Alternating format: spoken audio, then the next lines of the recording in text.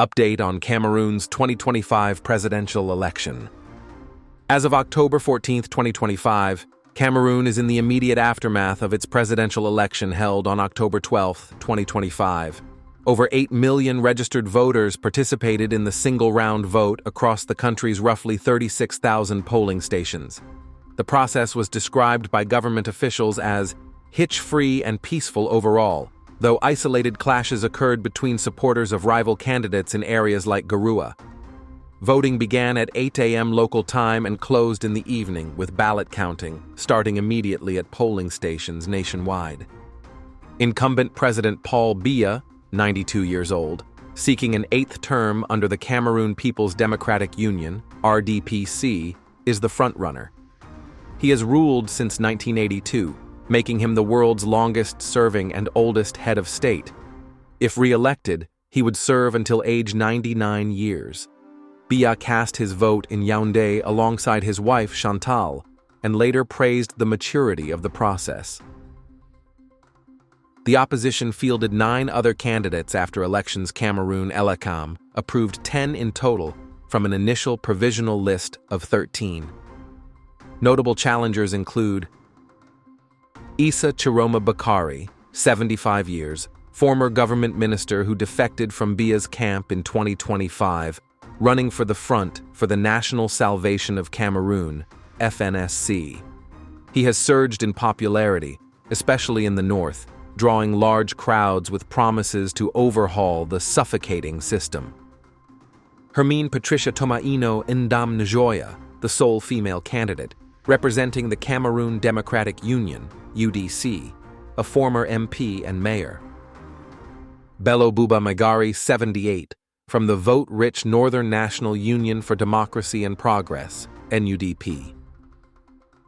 Joshua Osi, from the Social Democratic Front, SDF, who placed 4th in 2018.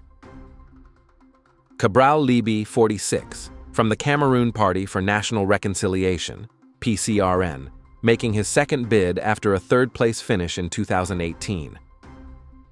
Prominent opposition leader Maurice Kamto, MRC, was disqualified by Elecom in July for his party's 2020 election boycott, a decision upheld by the Constitutional Council despite appeals.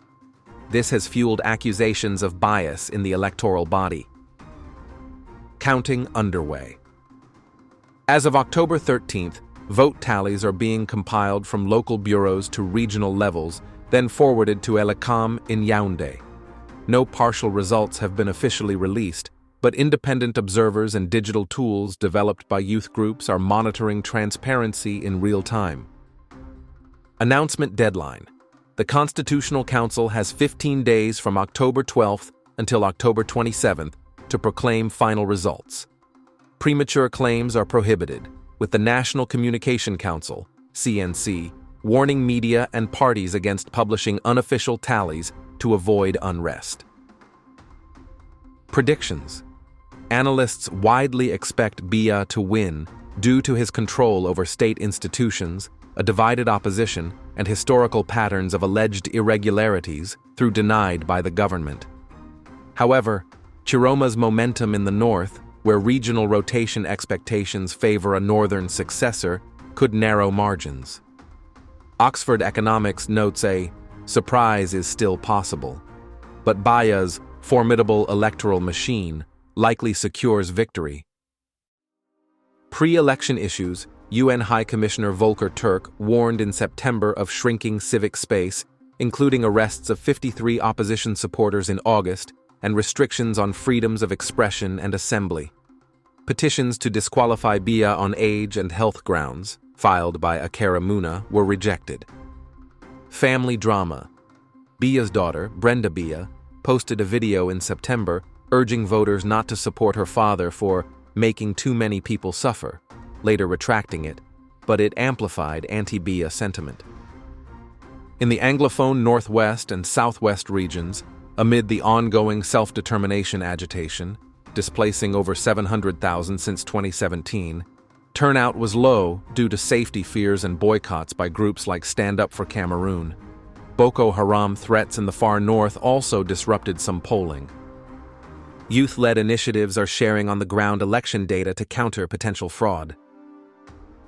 A Biya win would extend his 43-year rule, raising questions about succession and stability amid economic woes, youth unemployment, infrastructure gaps, and conflicts.